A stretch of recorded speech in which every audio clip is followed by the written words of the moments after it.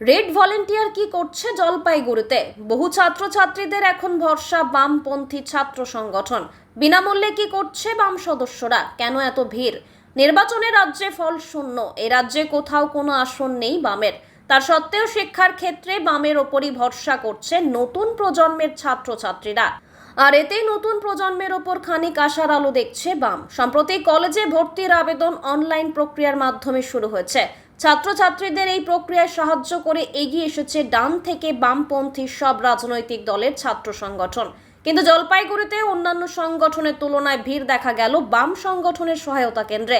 জলপাইগুড়ি সহ জেলার পার্শ্ববর্তী এলাকায় ছাত্রছাত্রীরা যারা এই বছর কলেজে ভর্তি হবে তাদের জন্য বিনামূল্যে এই পরিষেবা চালু করেছে রেড ভলেন্টিয়ার সদস্যরা এবং এসআই এর সদস্যরা।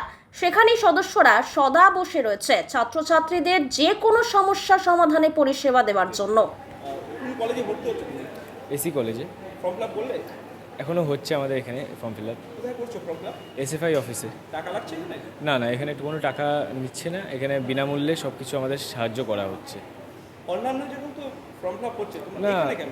এখন এখানে মানে অন্য জায়গায় করলে আমি মানে ওরকম ভরসা পাচ্ছি না, তো এখানেই যা হচ্ছে আমার মনে হয় সুবিধাজনক, আমার এখানে মনে হচ্ছে, তো তাই এখানেই করছি। কারা করছে এটা? এটা আমাদের কয়েকজন দাদা আছে, তো এই দাদাগুলোই আমাদেরকে সাহায্য করছে। দাদারা কোন পার্টির সাথে যুক্ত রয়েছে?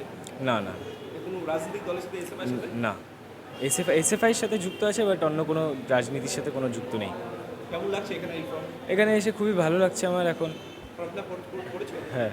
তোমার নাম কি বললে? সৌভিক দে।